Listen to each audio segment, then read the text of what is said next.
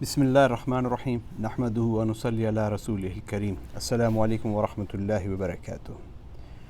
آج میں ایک ایسے موضوع کی طرف آپ سب کی توجہ دلانا چاہتا ہوں جو کہ آج کل بڑا پریولنٹ ہے ہماری سوسائٹی میں۔ ہم سوشل میڈیا پہ دیکھ رہے ہیں کہ عموماً یہ ہو رہا ہے کہ ایک ٹرینڈ بھی بن چکا ہے کہ کوئی بھی بندہ ایک مائک پکڑ کر آ جاتا ہے اور پھر وہ پبلک سے مختلف قسم کے سوال جواب کرتا ہے، اور اگر کوئی جواب نہ دے سکے تو اس پہ ہنسی مخول ٹھٹھا کرتے ہیں۔ اور کچھ لوگ اس میں دین کے سوال پوچھتے ہیں کہ جیسے وہ پوچھتے ہیں کہ جناب فلاں پیغمبر کا نام بتائیں، ان کے والد کا نام بتائیں، ان کی اولاد کا نام بتائیں، حضور پاک صلی اللہ علیہ وسلم کی والدہ کا نام بتائیں، ان کے بیٹوں کے نام بتائیں، اور ان کی فیملی سے ریلیٹڈ سوال پوچھے جاتے ہیں۔ اور اس کے ساتھ ساتھ پھر کچھ پوچھتے ہیں کہ جناب نماز کی فلاں رکعتیں کتنی ہیں، فرائض کتنے ہیں، اور وضو کے فرض کتنے ہیں، غسل کے فرض کتنے ہیں، کون سی جنگ کس وقت لڑی گئی، غزوات کے نام بتائیں، غزوات کی تعداد بتائیں۔ اس طرح کے مختلف قسم کے سوال پوچھتے ہیں، اور جب جواب نہ آئے تو پھر وہ ہنستے ہیں اور کہتے ہیں آپ کو اس کے بارے میں معلوم نہیں، آپ کو دین کا پتہ نہیں۔ مطلب اس طرح کے جو ہے نا مختلف جو ہے نا ریمارکس ان کے ہوتے ہیں۔ تو میرے بھائیو، اگر مجھے کسی نبی کا پورا نام معلوم نہیں، مجھے اگر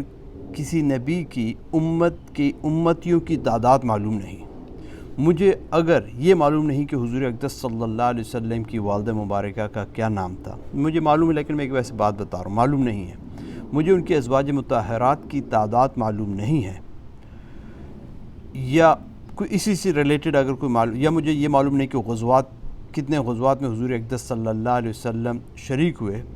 تو اس سے میرا ایمان خطرے میں نہیں پڑے گا۔ نہ قیامت کے دن اللہ مجھ سے سوال کرے گا کہ تمہیں اپنے حبیب صلی اللہ علیہ وسلم کے ازواج کے نام معلوم نہیں تھے۔ ہاں، اگر مجھے نماز کے فرائض کا پتہ نہیں، مجھے وضو کرنے کا طریقہ معلوم نہیں، مجھے غسل کے فرض معلوم نہیں ہے، مجھے نماز کا طریقہ نہیں پتہ، نماز میں کیا پڑھا جاتا ہے، تو یہ سوچنے والی بات ہے کہ بھئی مجھے ان چیزوں کو سیکھنا چاہیے، کیونکہ یہ چیزیں جو ہیں ہمارے دین کا حصہ ہیں۔ ایک حدیث ہے جس کو ہم حدیث جبرائیل کہتے ہیں کہ ایک دفعہ حضرت جبرائیل علیہ السلام حضور پاک صلی اللہ علیہ وسلم کے پاس تشریف لائے، اور انہوں نے سوال فرمایا ہے کہ ایمان کیا چیز ہے۔ تو آپ صلی اللہ علیہ وسلم نے فرمایا کہ ایمان یہ ہے کہ تم اللہ کو مانو، آمنت باللہ و ملائکتہ، انہوں نے فرشتوں پر کہا کہ رسولوں پر کہا، اور اس کی ملاقات پر ایمان لاؤ اللہ کے، اور قیامت کے دن کے اوپر ایمان لاؤ۔ یہ تھا ایمان۔ اور اس نے کہا کہ اسلام کیا چیز ہے، کہ اب ہمیں آپ بتائیے کہ اسلام کیا چیز ہے۔ نبی کریم صلی اللہ علیہ وسلم نے فرمایا کہ اسلام یہ ہے کہ تنہا اللہ کی عبادت کرو، صرف اللہ، صرف جیسے ایاک نعبد و ایاک نستعین، درگاہوں پر، مزاروں پہ، درگاہوں، ان چیزوں پہ نہیں، صرف اللہ کی عبادت کرنی ہے، اور کسی کو اس کا شریک مت ٹھہراؤ، کسی کو اس کا پارٹنر مت بناؤ، شرک مت کرو، اور نماز قائم کرو، اور فرض زکوٰۃ جو ہے وہ ادا کرو، اور رمضان کے روزے رکھو۔ یہ ہے اسلام۔ پہلے ایمان آ گیا، پھر بعد میں اسلام آ گیا۔ اب اس کے علاوہ اگر کوئی بندہ مجھ سے سوال کر رہا ہے اور اس پہ ہنسی مخول ٹھٹھا بازی کر رہا ہے، تو میرے بھائیو، نہ وہ دعوت ہے، نہ وہ اسلام پھیلانے کا صحیح طریقہ ہے۔ اور اگر ہم نے دعوت دینی ہے، بجائے سوال و جواب کرنے کے، ہم وہاں پر جائیں اور ان کو بتائیں کہ جناب حضرت آدم علیہ السلام یہ تھے، حضرت نوح علیہ السلام یہ تھے، ان کی امتی اتنے تھے، انہوں نے اتنے جو ہے سال دعوت دی، اور دیٹس اٹ۔ اور جو خوف رکھنے والا ہوگا وہ نصیحت پکڑے گا، جیسے کہ سورۃ الاعلیٰ میں آیا ہے بسم اللہ الرحمن الرحیم سیذکر من یخشی، جو خوف رکھنے والا ہے وہ تو جو ہے نصیحت پکڑ لے گا، اور جو خوف نہیں رکھتا ویتجنبھا الاشقی، تو وہ جو ہے، وہ جو بدبخت ہے وہ اس کو اوائڈ کرے گا۔ تو ہمیں جو ہے دعوت جو ہے حکمت کے ساتھ دینی چاہیے، یہ نہیں کہ جا کر کے پبلک میں جا کر دوسروں کی تصدیق کریں اور دعوت دیں۔ نبی کریم صلی اللہ علیہ وسلم کو سورۃ النحل کی آیت نمبر 125 میں یہی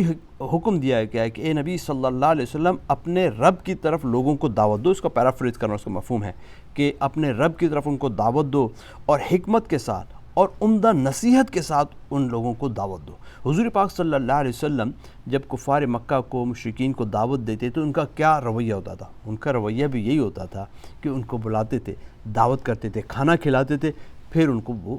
دین کی دعوت دی۔ اس طرح دوسری، اور اگر مسلمانوں کو بھی دی ہے، ایک صحابی نماز پڑھنے آئے ہیں تو جب جانے لگے تو حضور پاک صلی اللہ علیہ وسلم نے کہا کہ دوبارہ نماز پڑھو، اس طرح ان کو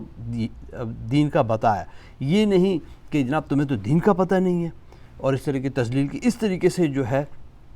ہمیں اس کے بارے میں اوائڈ کرنا چاہیے۔ ابھی میں مسجد میں گیا جیسے، تو مسجد میں ینگسٹر تھے، اور میرا عموماً انٹریکشن ینگسٹر کے ساتھ بہت زیادہ ہوتا ہے۔ وہ ایک مرسیڈیز کے پاس کھڑے تھے، میں ان کے پاس بات چیت کرنے لگا تو بعد میں وہ کہنے لگا that he is a cool uncle. سو آپ اس طریقے سے ان کے ساتھ پیار محبت کر کے بات کرو، اسی طریقے سے ان کو سکھلائیں، دین کی دعوت بھی آہستہ آہستہ کر کے دیں۔ اگر کوئی، جیسے ایک بندہ آیا مسجد نبی کے اندر اور اس نے وہاں پر بدبو تھا، پیشاب کرنا شروع کر دیا، صحابہ اس کی طرف بھاگے، دوڑے لپکے کہ اس کو منع کریں یا روکیں، تو رسول پاک صلی اللہ علیہ وسلم نے ان کو منع کر دیا، کہنے لگے نہیں ابھی ٹھہرو، اس کو پہلے ریلیو ہونے دو، پھر اس کے بعد پھر اس کو بتایا کہ بھائی مسجد کے کچھ آداب ہوتے ہیں، کچھ ایٹیکیٹس ہوتے ہیں، تو مسجد جو ہے عبادت کی جگہ ہے، پیشاب کرنے کی جگہ نہیں ہے۔ تو یہ جو طریقہ ہے ہمیں حکمت کے ساتھ، جو قرآن پاک میں سورۃ النحل میں جیسے آیت نمبر 125 میں نے آپ کو بھی بتائی کہ اللہ سبحانہ و تعالیٰ اپنے رسول صلی اللہ علیہ وسلم کو کہہ رہا ہے کہ حکمت کے ساتھ دعوت دو، تو ہمیں بھی اگر کسی کو دعوت دینی ہو، کسی سے پوچھنا ہے، کیوں کوئی بھی، ویسے تو دین کا علم ہم سب کو حاصل کرنا چاہیے، اور اس کے بارے میں قرآن پاک میں اور احادیث میں بہت فضیلتیں آئی ہیں، لیکن اب جیسے عام عوام ہیں، ان کے پاس اگر دین کا علم نہیں ہے تو اس کا مطلب یہ نہیں ہے کہ ہم مائک پکڑ کے ان کے پاس پہنچ جائیں اور ان کے اوپر ہنسی مخول اور ٹھٹھا کرنا شروع کر دیں۔ نہیں، آپ جو ہے سوشل میڈیا پہ ٹھیک ہے، آپ اس کو پھیلانا چاہتے ہیں تو دوسرے طریقے سے دعوت دیں تاکہ اس کی تذلیل نہ ہو، چاہے وہ مسلم ہو یا وہ غیر مسلم ہو۔ ہمیں دونوں کا خیال کرنا چاہیے کہ دونوں اللہ سبحانہ و تعالیٰ کی جو ہے کریشن ہے، دونوں اللہ سبحانہ و تعالیٰ کی مخلوق ہے، ان کو اللہ سبحانہ و تعالیٰ نے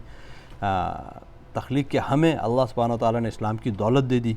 ان کو نہیں دی۔ جن کے پاس نہیں ہے تو ان کے پاس اسلام کی دولت ہمیں لے کر کے جانی اور ان تک پہنچانی۔ اللہ سبحانہ و تعالیٰ جو ہے ہمیں اس پر عمل کرنے کی اور دوسروں تک پہنچانے کی توفیق نصیب فرمائے۔ جزاک اللہ خیر۔ السلام علیکم ورحمۃ اللہ وبرکاتہ۔